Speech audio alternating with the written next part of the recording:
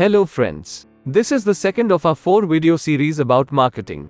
In this video, we will talk about pricing of your product, which is crucial for first-time entry into the market. Let us look at how wood press oil manufacturers have priced their products. Have you noticed the wide variation in prices?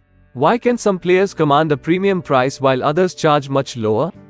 By the end of this video, you will understand why these players price differently and how you should price your product.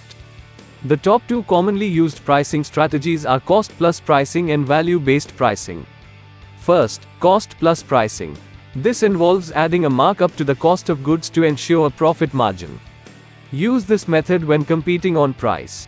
It is ideal for selling to a price-sensitive mass market, where price is the most important factor, while keeping other factors like taste, quality, flavor, color, and packaging similar to your competition.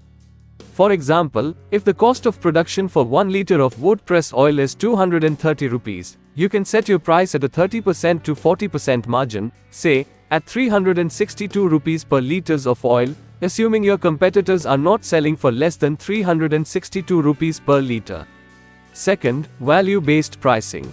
This strategy sets prices based on the perceived value to the customer rather than the cost of the product.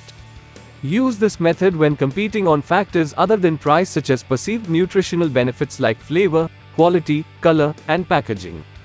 It is ideal for middle to high income markets where quality and packaging are more important than price.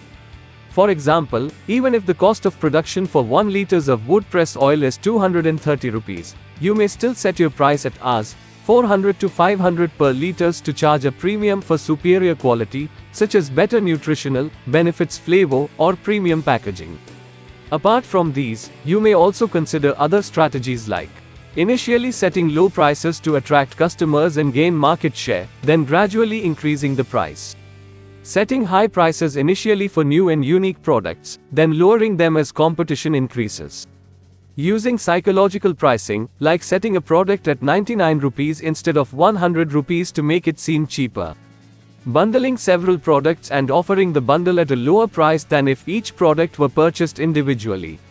Setting prices higher than competitors to indicate premium quality or exclusivity. Continuously adjusting prices based on market demand, competition, and other external factors. Next, get your first prototype ready and ask your potential customers how much they are willing to pay for your product. All the best. For more videos, subscribe to Vyapar Coach channel.